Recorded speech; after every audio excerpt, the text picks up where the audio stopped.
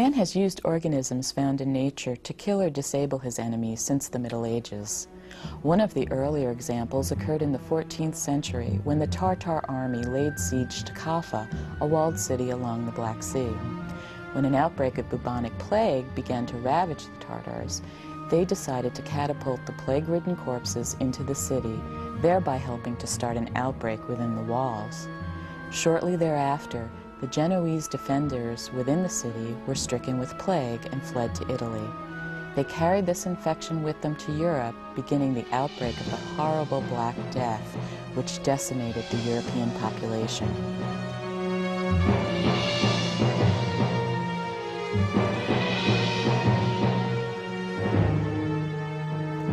With our current knowledge of the epidemiology of plague, we know that fleas leave a body quickly after it cools. Therefore, it's most likely that the outbreak was actually spread in Kaffa by flea-infested rats, which were already within the city. What you have just heard Dr. Kano tell of the old Great Plague is the truth with modern implications. Here's the lesson. Major epidemics and outbreaks are always linked to major socio-political upheaval.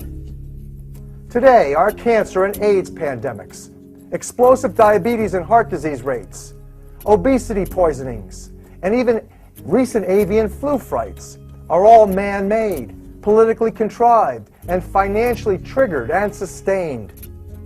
These are socio-political impositions, not nature's curses. When you gain your intelligence from mainstream news sources, this mainly results from news tips or press releases generated by people or companies in business aiming to make a profit from each fright. This best explains the vast majority of biological threats to which Americans have become sensitized or terrorized by mainstream news sources, without regard to the millions of Americans who are already disabled and depressed or phobic. Consider the avian flu fright. It appears to have largely benefited Donald Rumsfeld.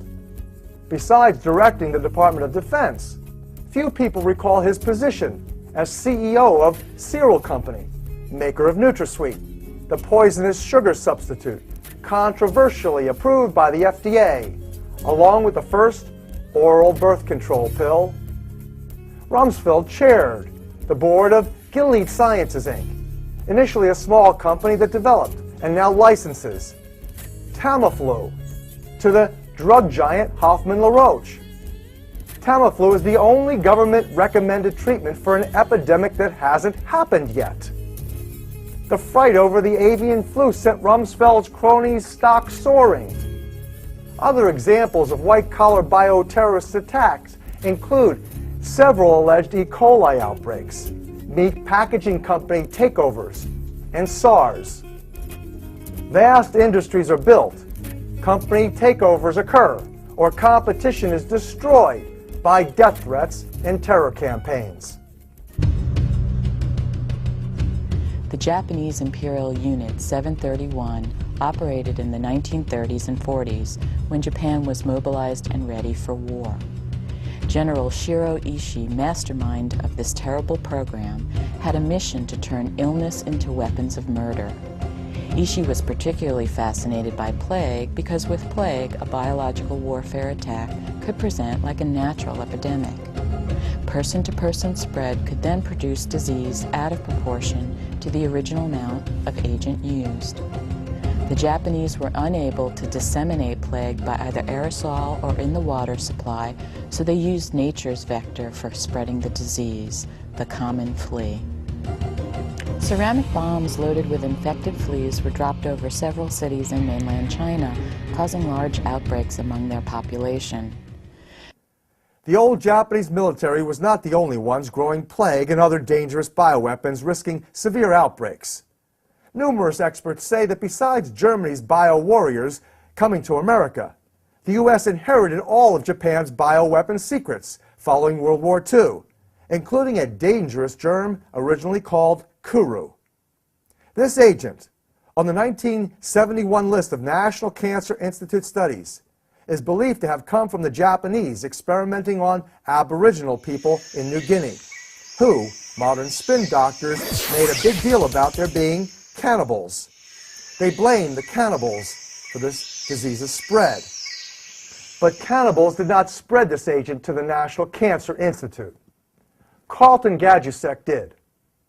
This Nobel Prize winner and convicted pedophile is credited for having isolated the Kuru agent, now renamed a prion, and responsible for mad cow disease, called Creutzfeldt-Jakob disease in humans. So you see, as this National Cancer Institute document shows, what started in Japan, settled in New Guinea, and then expanded in America to what is now another worldwide plague. The risk of these and new genocides emerging is multiplied by what is ongoing throughout America today in some 113 university, government, hospital, and corporate laboratories. Here, the global elite are engaged in biotechnology research with potential to be used for germ warfare. Most alarming, these labs operate secretively, contrary to federal rules. From California to New York and Chicago to San Antonio, often in major population centers, biological warfare labs are financed today by nearly $20 billion in government grants. These labs are literally crawling with germs advanced militarily. Reportedly, in many of the laboratories, security is lax and safety procedures are inadequate to protect the public from sabotage, theft, and periodic outbreaks. Now, Grand Dr. Patrick is going to tell you the truth about this gravest risk of all, outbreaks stemming from laboratory activities. Listen here. Plague is attractive as a weapon because it generates fear, it spreads easily, and it kills very quickly. The United States Offensive Program did some research on plague, but it was never fully weaponized in this country. We could not overcome the challenge of maintaining virulence when it was grown in large quantities. It's a weapon that, it's a contagious agent, and we felt that in retrospect that we had enough problems controlling an aerosol under meteorological conditions that can change without having an organism that is so contagious so that you're not able to control where that organism might end up. It might come back to bite you, not only bite your forces, but some of your friendly allied forces also.